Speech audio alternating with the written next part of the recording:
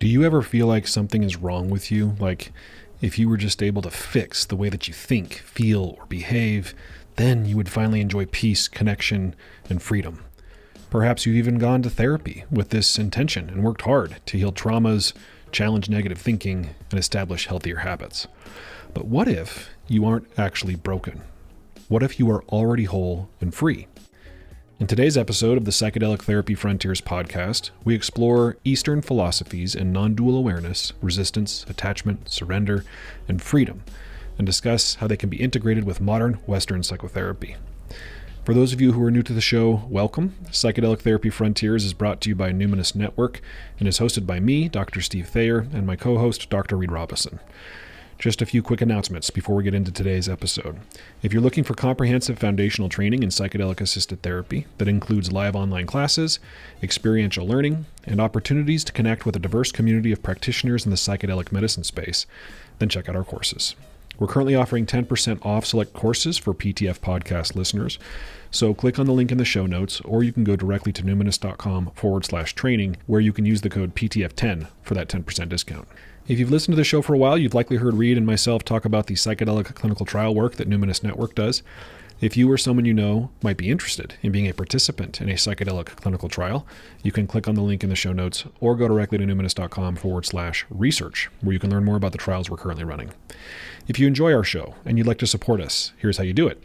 Go to a place like Apple Podcasts and Spotify and leave a rating or review. If you're watching on YouTube, you can like the video, subscribe to the channel, and share this episode with someone you think might enjoy it. Please enjoy today's episode.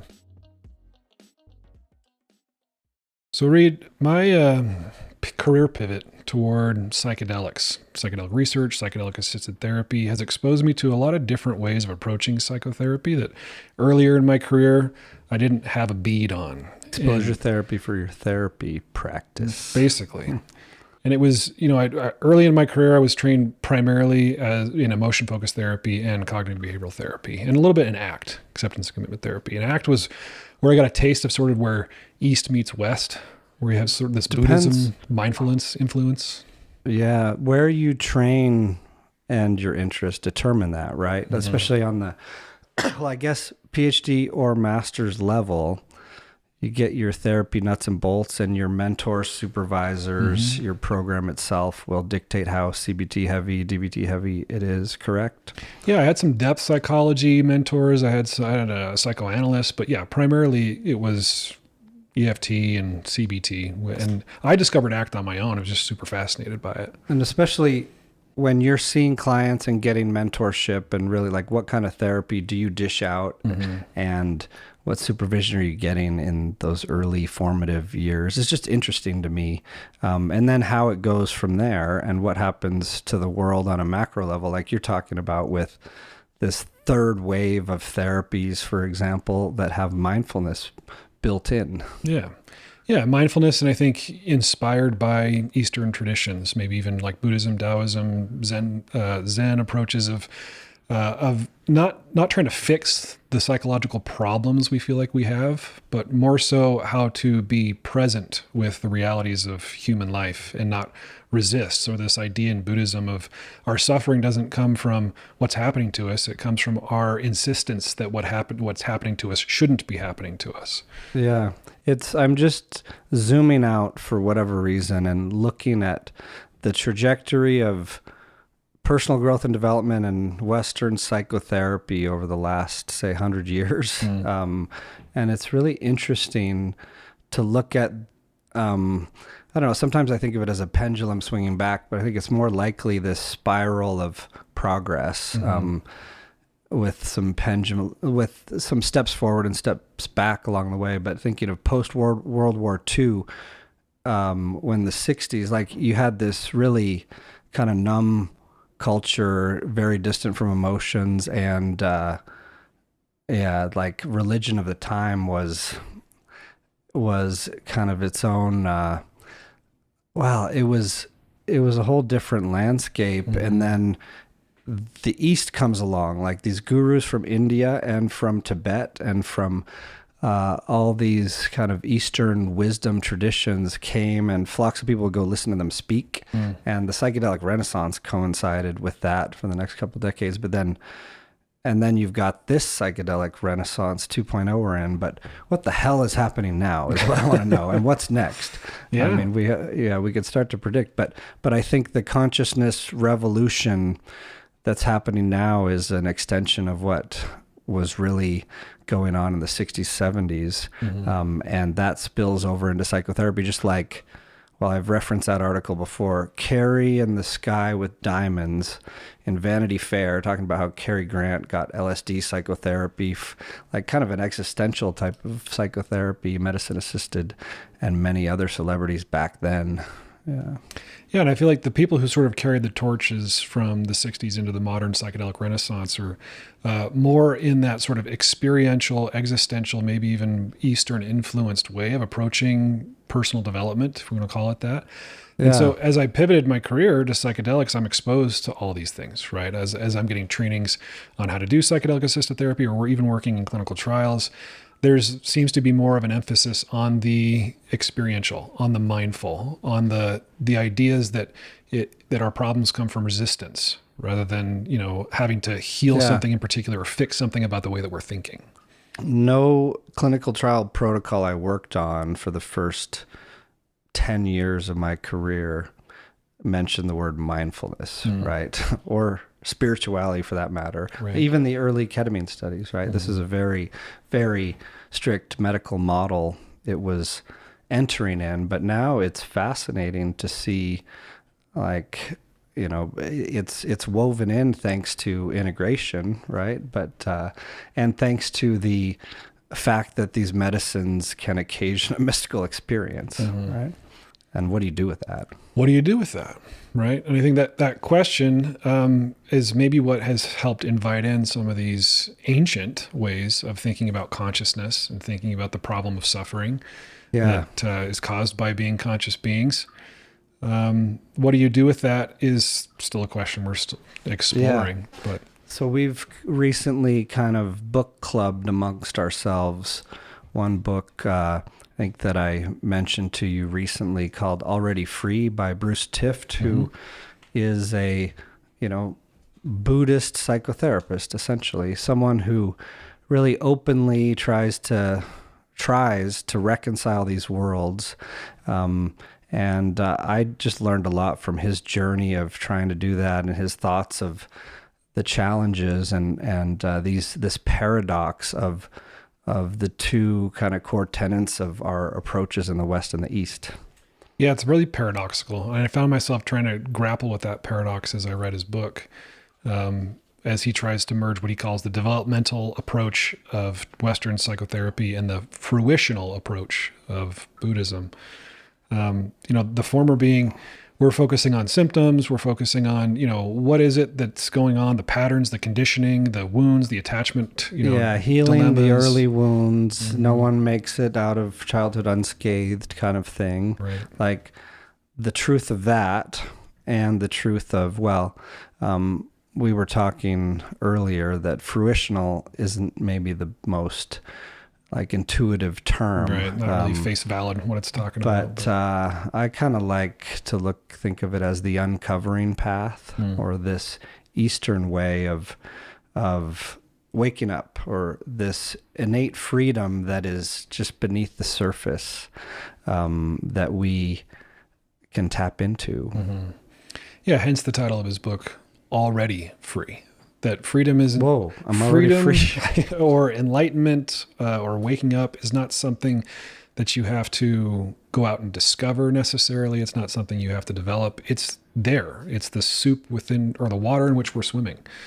But it's something we have to wake up to, become aware of. And something that psychedelics tend to facilitate in people, like an awareness of your innate freedom. Right. Yeah. Yeah. That everything is just this, that sort of, we don't have access to anything other than this, what is in our immediate sensory, sensorium. Yeah. And it's trippy, not unlike psychedelic journeys.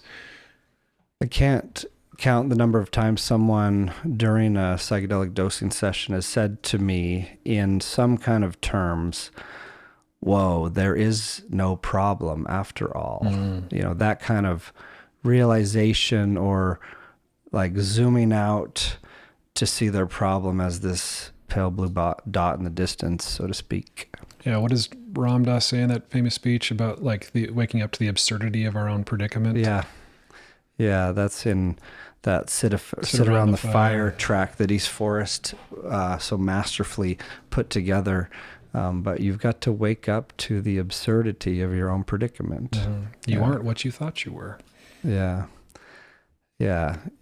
How could you feel lonely if you're never really alone? Mm-hmm. That kind of thing.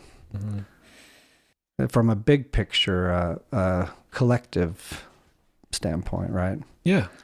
Yet it feels lonely sometimes. It does, and that's part of what's paradoxical about this. And in my training was inspired by some of the old school existentialists. There was sort of these fundamental existential truths that we have to grapple with, that we're constantly in resistance to, that creates a lot of our psychological suffering. And one of them is that you are fundamentally alone, that you come into this world as an atomized being and you'll go out as an atomized being. We can't exactly know what it's like to be anybody other than ourselves. And that's scary. And then oftentimes our desperation or neurotic attempts at connection, whether codependent or otherwise, are often subconsciously motivated by this existential fear that of aloneness. Yeah, and so if we can wake up to that, if we can see that or expand our awareness to include, that from a bigger perspective, from that capital L self seat, if you will, maybe think of it from an IFS or part standpoint, then that can be liberating, right? And that's the part that still, I'll admit, is a little perplexing for me about this, this Eastern approach. This idea that we are already free and that there's no problem to solve. All that we really need to do, if there's a need there, is wake up to the fact that we create our own suffering by resisting what already is. And that the enlightened path, the healthier path, is to surrender to what already is. Mm-hmm. And there's often another perplexing thing that comes thereafter if you're sort of grappling with this idea is like, well, if I'm already free, if awareness is all there is, if we're non-dual conscious beings, then why do anything? Like, okay, you're bringing up two, I think, key points we should probably wrestle with a little bit, But that first one of, what if you wake up to the fact that you have cancer or like something really painful? But I like to, just personally, having kind of been wrestling with this for years and years, I like to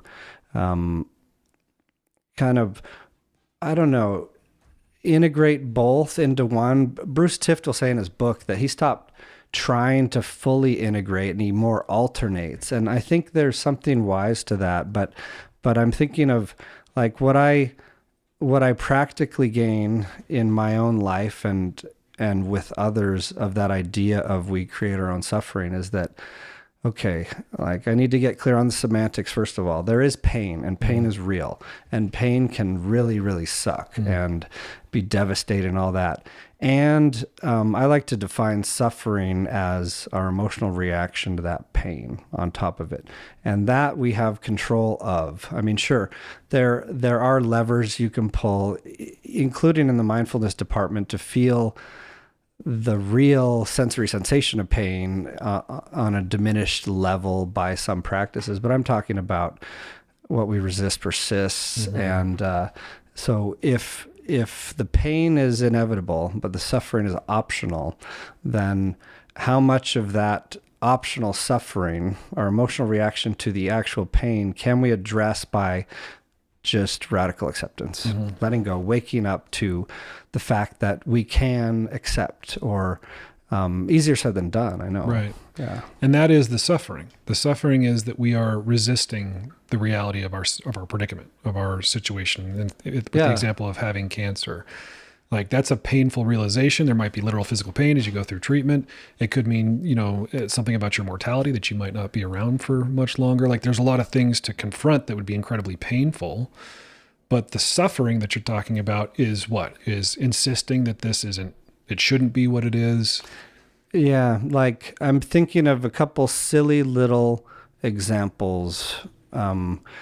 These may be terrible, but we'll try them. So your number one is you're asleep in bed and jolted awake by the sound of a garbage truck. And your reaction to that could be like just starting the day with fuming anger about being rudely awakened, or like basking, or you could have an alternate approach to like, okay, this is hilarious and I'm basking in the joy of being alive and waking up to another fresh day, and the fact that someone just picked up my garbage. How cool is that? And you know what I mean? Like, and it makes a difference. Or then how many times, I know I can relate with this, but like, have you ever been to like an amazing feast or dinner, but you were just so in your head that you could not really be there for it? Or how many of your moments in life have passed by because you were otherwise preoccupied? I think of like key moments I really want to cherish, like, you know, moments with loved ones, and, you know, especially kids, with the passage of time, and just embracing those fully. I think the already free can be game changing for, yet we are still in these human suits that is very prone to distraction and overthinking and depresencing and getting sick and having these real painful things happen. So again, I'm just me thinking out loud, trying to make sense of it. It's the suffering is, we're missing out on what's already there because we are rejecting a certain part of this experience, like the garbage truck. I'm pissed. This shouldn't have happened. Why does this always happen to me? We get up into our heads. And we start thinking too much. And so we're missing out on the counterexample that you gave of like, oh, isn't it great that I get my garbage picked up? And it's not about, and this is something that also kind of trips me up, it's not necessarily about like being in denial about the upsetting feelings. If anything, it's actually allowing yourself to be in the presence of the upsetting feelings too. Yeah, like, not pushing it away. Right. Like grief, as an example, right? Everyone dies eventually. Everything changes. Everyone kind of leaves in one way or another eventually, right? So there will be impermanence. Yeah, there will be inevitable, very heavy, sad grief. And I think we mentioned once upon a time on this podcast the kind of metaphor or example of the buffalo that when there's a storm in a distance, instead of like running from it the other way, it will go towards it, the herd of buffalo, because, you know, when you're looking at it evolutionarily, it makes sense because they're going to get through the storm faster because it's coming at you, you're going through it, just face it. And like to think about that with your grieving process, for example, or your emotions, like difficult emotions that rise and fall. They're there for a reason to tell you how to navigate the world. In the case of sadness and grief, you get this heavy, slow feeling that points you towards needing like comfort, reassurance, connecting with loved ones, or retreating to feel that stuff. And so, but yet, you know, how many times do we overcomplicate and prolong our grieving process or our difficult emotions by just not wanting to touch it, just numb it away. Right. And therefore, well, I think of the Twilight book. I remember reading the first Twilight novel when it came out. I don't remember what year, but I think I had twin babies and was listening to an Audible while I juggled newborns. And her grieving process, was it Bella in the book? Just remember being on the couch when she's grieving this Edward love that she couldn't get over, on the couch for like months, depressed, like the typical but exaggerated like teenage grief, where there's nothing in life but that for a very long time. Yeah. So would the Buddhist take issue with the idea of sort of running toward the storm so that you can get over it more quickly? Like there's still take issue? Yeah, there's still an attachment to a particular outcome there, right? Like, I need to open up to it so I don't have to feel this for very long, kind of thing. Yeah, maybe I'm thinking Trungpa Rinpoche, who was like Bruce Tiff's teacher and like great Tibetan Buddhist master. Like I have no idea, but might just stand there and like openly embrace the storm. Like, or Thich Nhat Hanh, I don't see him sprinting at it. Maybe not. Yeah, he's a tiptoe kind of guy, or was. Tiptoeing in another plane right now, like kissing the earth with his feet and not harming an ant. But I do think the Buddhist and the Eastern approaches are completely compatible in different words and saying the same thing of like lean in, embrace and allow and accept. So let me come at this from a different angle, because there was something Bruce talked about in his book that made me think of acceptance and commitment therapy, which is a therapy that, tries to merge, I think, these two ideologies, Western and Eastern. So he was talking about the immediacy of sensory experience, like the raw data of sensory experience. He was talking about anxiety, and that we can feel the sensation of anxiety in our guts, this sort of buzzing feeling, this constriction, and then we make interpretations about what that is. Yeah. So he's like, just feel the raw data. And then I was listening to a guided meditation by Henry Shulkman, who's this Zen master. He's awesome. Great voice. British. His app, The Way, which is a really cool meditation app. And just so happens, serendipitously, that the meditation I was doing was kind of on this idea of just feel the raw data of sensation without labeling it or naming it. Just feel it. So, and Bruce Tift makes this argument that like you can just feel that sensation of anxiety in your gut and then have the realization that this isn't going to destroy me.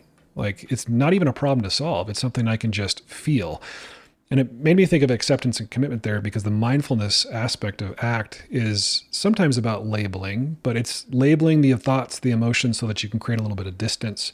Name it to tame it. Yeah. Well, and like emotion focused folks might say. But I think in this case, taming it really is more just building your capacity to be in its presence. Equanimity to hold it. There you go. Yeah. You're right. 'Cause as you're describing this, like seeing the glaring paradox already before you even finish your sentence on that is like, we might be reflexively applying labels to things too quickly if we're really integrating the wisdom of these different approaches, because like, yeah, there is beauty in labeling the emotions, and there are these emotion wheels that can help you find a term for something you just can't pinpoint, and those can all be helpful. But how much are we skipping over the raw, direct experience of the moment that is just bubbling up if we jump too much to one lane of that? Especially if the labeling is motivated by a desire to make sense of it so that I can stop it, so that I can change it, which, there's an aspect of Western psychotherapy that is all about that. Like in the Western medical system, we just chase disease with pills and knives, right? Yeah. Here's a symptom. Let's do whatever we can to stop the symptom. And there's obviously a place for that. But, this experience, a simple example might be, I feel this sensation of anxiety. Maybe I label it as anxiety. I'm worried about something. I want it to stop. So what do? I get a drink, right? I drink it away. I numb it, like you were saying earlier, where if maybe you just, instead of trying to interpret it and see it as a problem to solve, you anchor to the, as I was saying before, the raw data of the experience, and I'm just going to feel it. In Shulkman's meditation, he was like, I want you to listen to sounds without naming the sounds.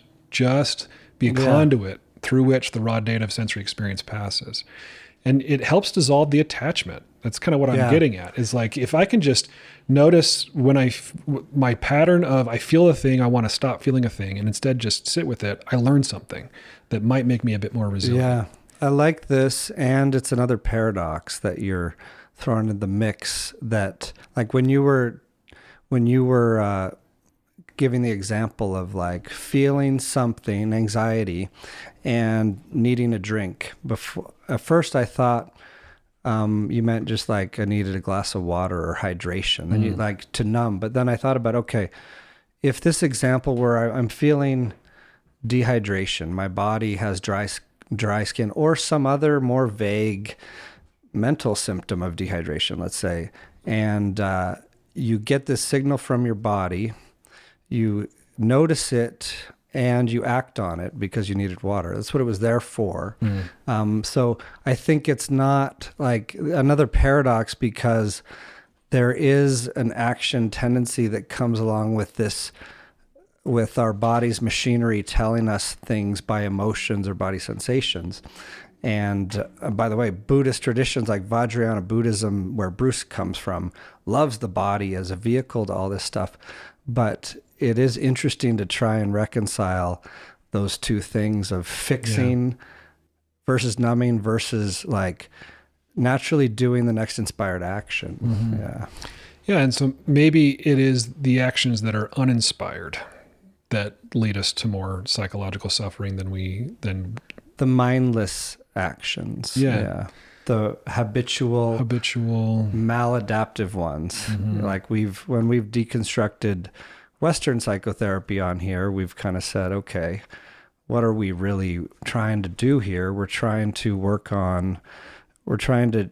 change the maladaptive patterns, and maladaptive being key, because there are good patterns too, like adaptive or like, life wellness promoting, and there are ones that are really not serving you. Right. Yeah.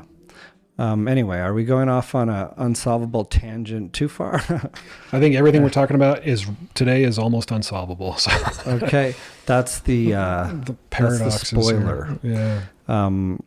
But yeah, so maybe a few more concepts that this kind of book club and topic inspire, is like in terms of how to integrate these things. We're talking about the body and embodiment, but I think Bruce Tiff, for example, talks about this embodied vulnerability. Well, he says the solution to this, he's not going to say go meditate, because that sounds like proselytizing. And he's not going to emphasize too much the spiritual mystical, because that's, part of your individual path at some point. But he focuses on immediacy as another way of talking about mindfulness, embodiment, and like unconditional acceptance, compassion towards self. But embodiment, this embodied vulnerability concept, I think is interesting, that we are these embodied beings, but our culture traditionally has often viewed the body negatively, right? Which there's a lot of reconciling there to do. Yeah. And that's where the raw data really is, of immediacy, right? Is where we feel sensations in our body. The interpretation happens in our mind, and the narratives and the stories and the dramas that we're playing out. Yeah. And if acceptance, this radical acceptance, involves like stopping the struggle against reality, the body, via emotions, via signals, even our mind, via our thoughts, are giving us this information all the time. And what we want to do is stop the struggle against it, right? And so how do we do that? Is I like this idea of an embodied vulnerability stance of, I think it's a way of describing what you're talking about, just being like fully present in your body to feel it all, but taking a wise-minded approach to what to do with that shit. And maybe that's where some of the freedom comes into play. I know that's sort of what you'd say if you were an ACT therapist. If you're doing an exercise like, it's not that I'm angry, it's that I'm experiencing anger. Or it's not that I'm stupid, it's that I'm having the thought that I am stupid. Yeah. Right. And the I in this case is like, whatever we are at our most fundamental that is experiencing consciousness. And so if I'm having the thought that I'm stupid, I could potentially have other thoughts. I'm free to believe that thought as it erupts into my consciousness, or I'm free not to. I'm free to evaluate it, to decide whether it's adaptive or not adaptive, whether I want to choose to like water that plant or not. So there's some freedom there if we sort of slow down and view those things mindfully. Yeah.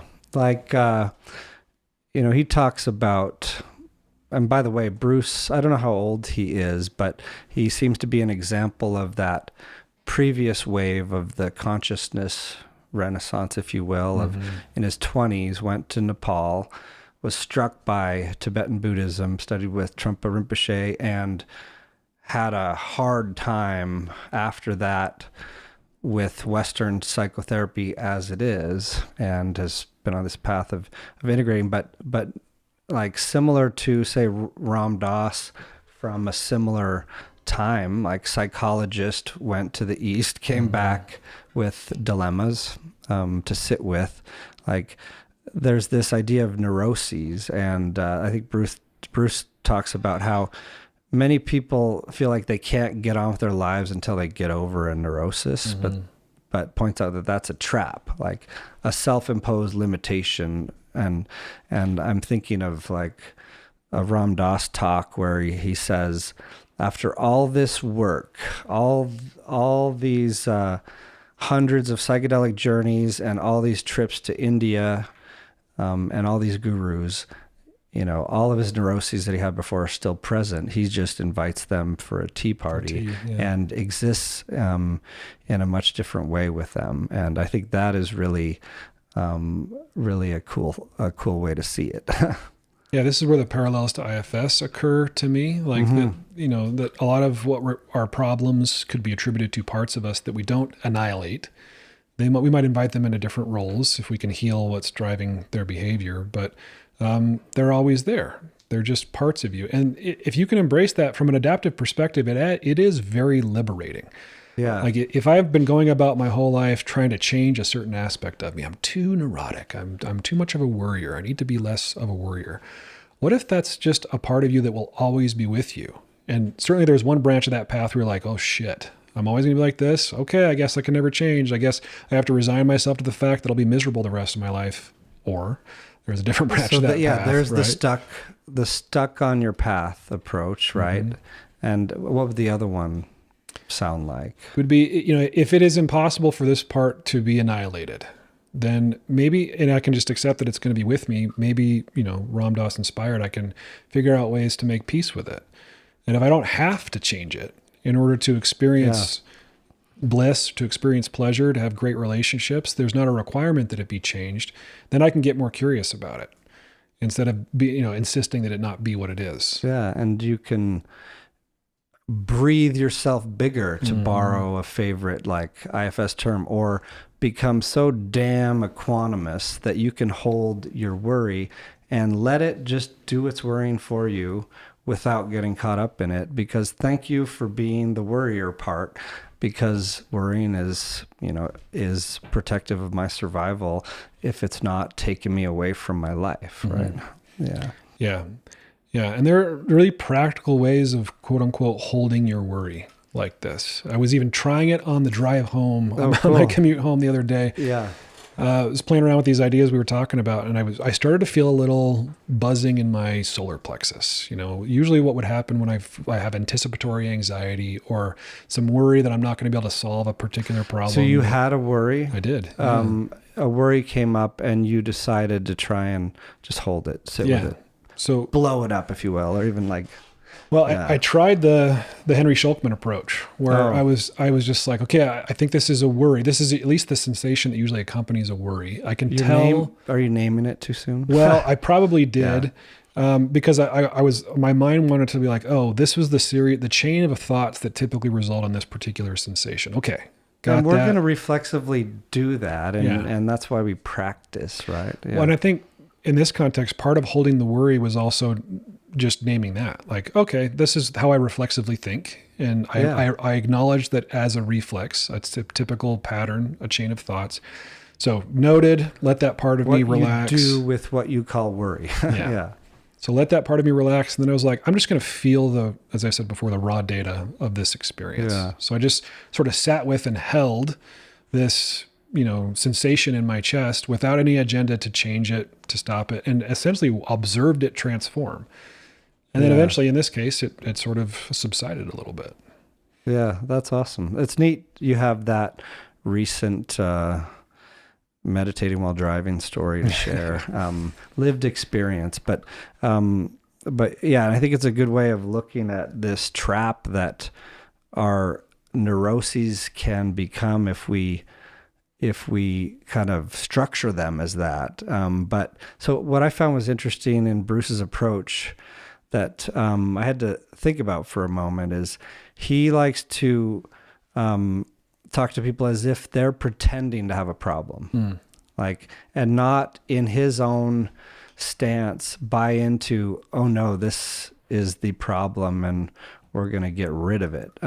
So yeah, as I sit with that, I like, as long as it's not a placating stance and really meeting someone where they're at, there's a beautiful thing of seeing someone's innate potential or seeing the bigger perspective that, you know, could be empowering and palpable in a therapy room, I think. Yeah. Yeah. As I was listening to him, he seems like he can be quite a provocative therapist. He likes triggers. He likes to, but you know, motivated by this, I think, desire to help people see the absurdity of their predicament, but also how they are complicit in creating the suffering that they claim they want to escape. Yeah. And that's the sort of idea of, well, you could look at it at a part's perspective. There's a part of you that doesn't want you to do the thing you say you're going to do because it's afraid if you try, scary things will happen, right? Yeah. So you have these internal conflicts. And I guess that's just a way at getting at those internal conflicts by operating from the assumption that, like, oh, you're just pretending to have a problem. Because you're challenging the neurosis, like, not the person. He would call it the neurotic organization, I think. Yeah. Because you're helping someone become aware of what they're avoiding, right? And interestingly, neurosis can be a way of avoidance or a way to disembody or dissociate from like human vulnerable experience. And that's why, like, you know, probably he has a triggering approach, and also why, like, he points out that, like, you should just plan on being disturbed every day because you exist in a vulnerable human form. And Ram Dass would add to that this disturbance is actually the fuel for your awakening and is the curriculum that you're being dished out that you will learn and grow from, and the grist for the mill that you will throw into the mill and make and bake a beautiful creation of your life out of. Yeah, for whatever reason, there's a part of me that, like, resists the idea that everything that's coming to you is your curriculum. I don't like the everything. Yeah, it almost, there's a thread of toxic positivity and spiritual bypass there, I think.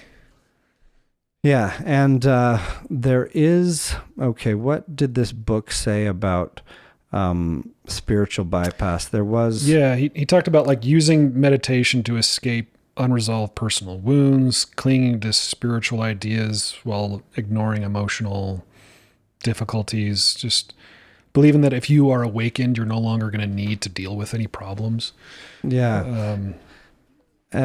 And instead taking this approach of constantly challenging what you identify with and what you're conditioned to think and do next. Yeah. And I think that's what we're talking about here. Like, awareness is half the battle in personal growth, at least. You can't change what you're not aware of very easily, and awareness happens to be the greatest change agent, it seems. Yeah. I mean, it's hard to know what your blind spots are, right? They wouldn't be blind spots if you knew what they were. So hard to change what you're not aware of, but you can become aware of a lot of things if you pay attention. Yeah. You know, if you shine the light of awareness, as it has been said, in those dark places, you can become aware of a lot more. And sometimes it's difficult to hold those things in awareness. And that, I know I've probably shared this countless times, but like the idea of mindfulness or immediacy or this like presence, like, I think it's worth just pointing out again that it's, some of that is attention training. Like some of mindfulness or being here now is bringing your attention or training your attention to come here and come back here. And some of it is equanimity because there's a lot of stuff here. Like, and can you hold it all? And then, some of it is just sensory clarity, like practicing tuning in, and both without labels. And I think there's a place for categorizing. It's also how we're wired, categorizing and filing away and learning in that way too. Yeah, sense making, Yeah. meaning making. Yeah. We just don't want the sense and meaning making to be motivated by our neurotic parts necessarily that maybe are attached to maintaining a particular drama or story, like I'm unlovable or something. And if I'm unlovable, I might act in ways that capitulate that story. I might act in ways that make people, feel like that's difficult to be around me or reject me. And there's a part of me that wants to keep that story going, even though there are other parts of me that really want to be loved. So yeah, we want to make sense. We want to make meaning. We just want to be able to have enough distance and, like you said, equanimity from these sort of conditioned reactions that we can liberate ourselves from having to capitulate those stories. Yeah, having to like repeat these cycles of our own suffering, or even these suffering cycles that were passed on to us, like in early childhood, in culture, in generations of families. Mm-hmm. Yeah. Well, anything else? I love ending anticlimactically. Yeah. Just goodbye, everyone. in the middle of a brain fart, basically. Well, say something wise, and then we'll just hit stop. You are not everything you think. You're not who you thought you were. Mm-hmm. You've got to see through the absurdity of your own predicament. And then what? Then you realize you are already free, or you're a lot more free than you thought you were. Yeah. Yeah. Well, it's fun to meander through this very complex, confusing forest. Paradoxes abound. Yeah, it's always a good time. Thanks, Reid. Well, thanks, Steve. Thanks, everyone, for listening. Psychedelic Therapy Frontiers is brought to you by Numinous Network, a company committed to helping people heal and be well by delivering technology-driven clinic support, clinical trial research, and comprehensive practitioner training in psychedelic-assisted therapy. You can learn more about Numinous Network at numinous.com. That's numinus.com. If you enjoyed the show today and you want to support us, here's how you do it. You can leave a rating or review on places like Apple Podcasts and Spotify, subscribe to the Numinous YouTube channel, like the YouTube videos, and share the show with somebody you think might enjoy it. If you're interested in comprehensive training in psychedelic-assisted therapy, check out our courses at numinous.com/training.